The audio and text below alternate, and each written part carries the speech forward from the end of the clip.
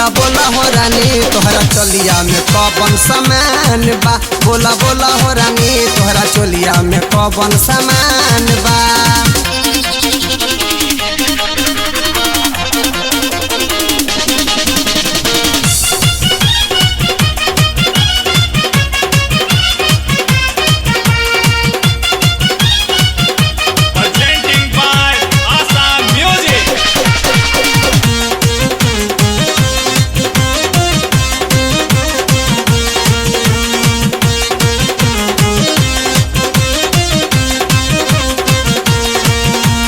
चोली तोहार तनाइल बा, चोलिए में कुछो समाइल बा।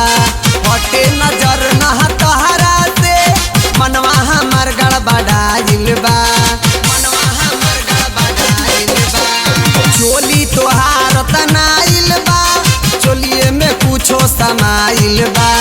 हटे नजर न तोहरा से मनवा हमर गड़बड़ाइल बा। तिरछी नजर तोहर पतली कमर बा, तिरछी नजर तोहर पतली कमर बा। बदनिया से कसी मकान बा। बोला बोला हो रानी, बोला बोला हो रानी तोहरा चोलिया में कौन सामान बा। बोला बोला हो रानी तोहरा चोलिया में कौन सामान बा।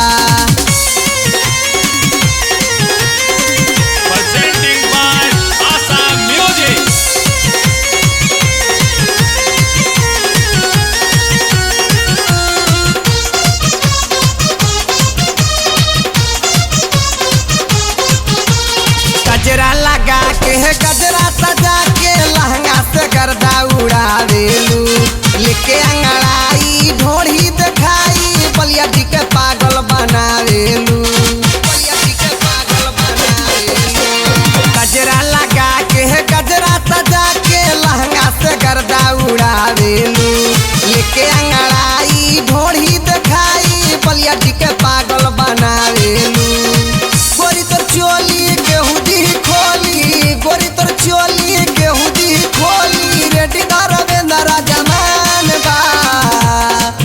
बोला बोला हो रानी, बोला बोला हो रानी तोहरा चोलिया में कौन सामान बा। बोला बोला हो रानी तोहरा चोलिया में कौन सामान बा। Presenting by Asa Music.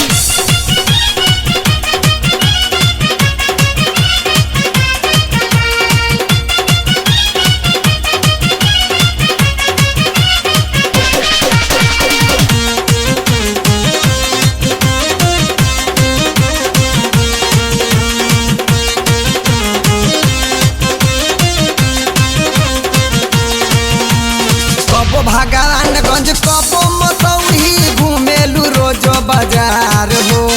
तिरवल के छोड़ी पीछा ये गोरी अरुणवा से करेलू प्यार हो, अरुणवा से करेलू प्यार हो। कबो भगवानगंज कबो मसौरी घूमेलू रोजो बाजार हो। तिरवल के छोड़ी पीछा ये गोरी अरुणवा से करेलू प्यार हो। तोहर चमके बदन बाड़ू निमन धन, तोहर चमके बदन बाड़ू निमन धन। धर्मेंद्र के तू ही चारो धाम बा। बोला बोला हो रानी, बोला बोला हो रानी तोहरा चोलिया में कौन सामान बा।